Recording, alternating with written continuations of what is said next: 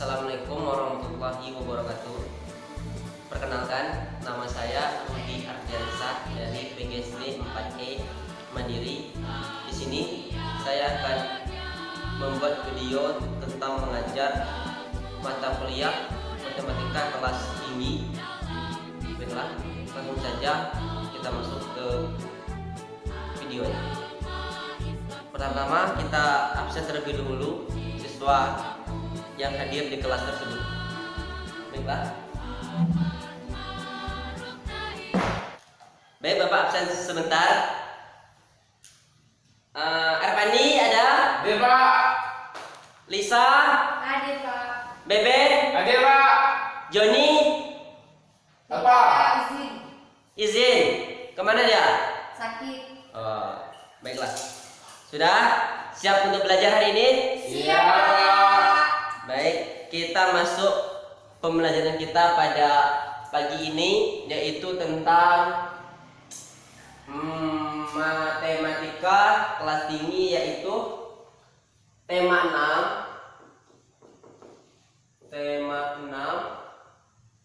kelas 5. Di mana materi kita pada pagi ini yaitu panas dan perpindahannya.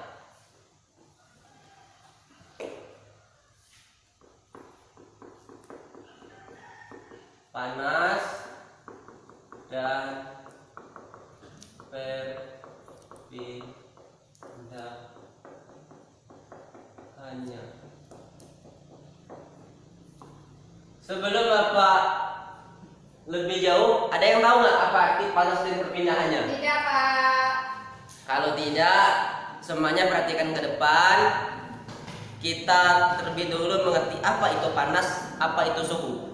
Baiklah, suhu dan panas. Suhu adalah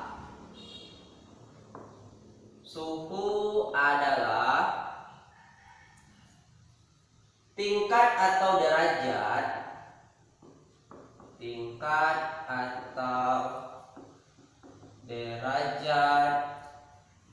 panas atau dinginnya suatu benda atau zat. Berikutnya itu ada panas. Panas adalah salah satu bentuk energi,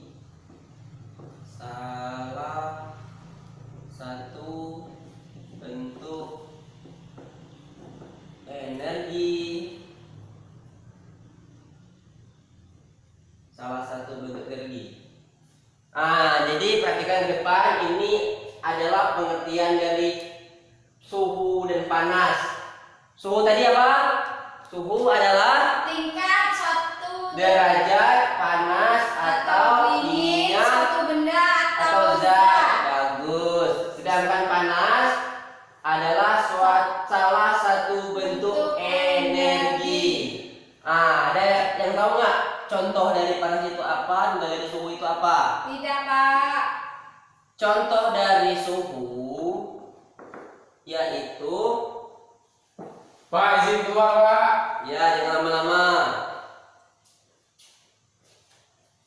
Contohnya yaitu alat untuk mengukur seperti Meter.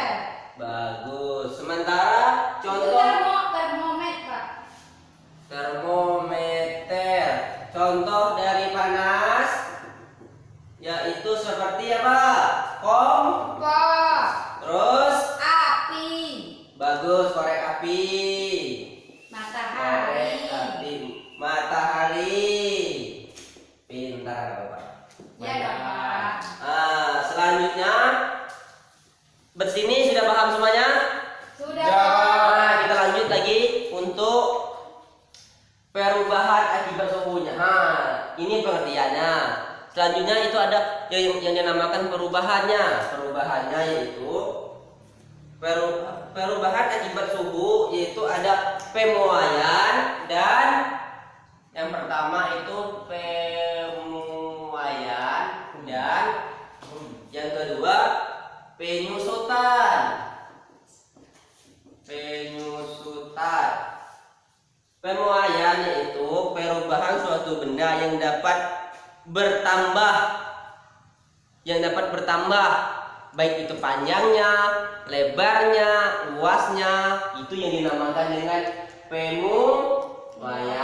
Sementara penyusutan itu kebalikan dari pemuaian, yaitu perubahan suatu benda yang tidak dapat berkurang baik itu panjangnya, luasnya dan sebagainya. Paham sampai ini? Paham, Pak. Kita lanjut lagi. Lanjut, Pak. Nah, di sini ada contoh penyusutan dan pemuaian. Ayo, siapa yang tahu kira-kira apa contoh-contohnya? Nggak tahu, Pak. Aduh, kalian udah belajar ya? Lupa, Sebelum Pak. dapat contohnya, yang pertama pemasangan kaca bagus, pemasangan kaca jendela. Alasannya, Pak? Ya ini sudah dari dulunya pemasangan kaca jendela. Contoh dari pemuaian tidak dapat berkurang, tidak dapat bertambah. Baik, Pak. Selanjutnya yaitu yang nomor 2 seperti ban sepeda, ban motor, ban mobil, itu yang dinamakan contoh pemuaian dan penyusutan. Yang ketiga yaitu kabel listrik. Yang keempat gelas kaca. Yang kelima apa? Ada yang tahu? Tidak, Pak. Termometer. Termometer itu apa, Pak? Yaitu alat untuk mengukur suhu. Oh, Nah. iya, Pak. Berikutnya kita lanjut ke perpindahan panas. Perpindahan panas. Panas dapat berpindah dari suatu benda ke benda lainnya. Panas dapat berpindah dari adanya perubahan suhu dari suhu yang tertinggi ke suhu yang terendah. Itu yang dinamakan perpindahan panas. Dia akan berhenti apabila suhu keduanya itu sama. Ya, Pak. Nah, kalau suhunya belum sama kedua, dia akan berjalan terus sampai suhu kedua tersebut sama. Dan berikutnya jenis perpindahan.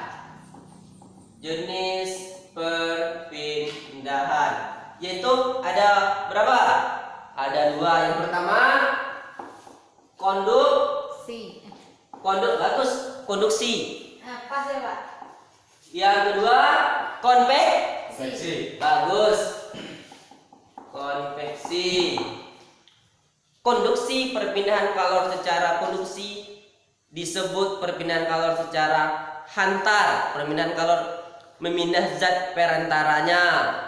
Konveksi adalah suhu perpindahan kalor secara disertai perpindahan zat. Dan yang terakhir, materi kita yang terakhir itu adalah Pak, mau nanya Pak, apa? itu konduksi itu ada contohnya nggak Pak? Contoh konduksi ada. Coba kawan-kawan yang lain ada yang tahu nggak contoh konduksi itu apa? Tidak, Pak.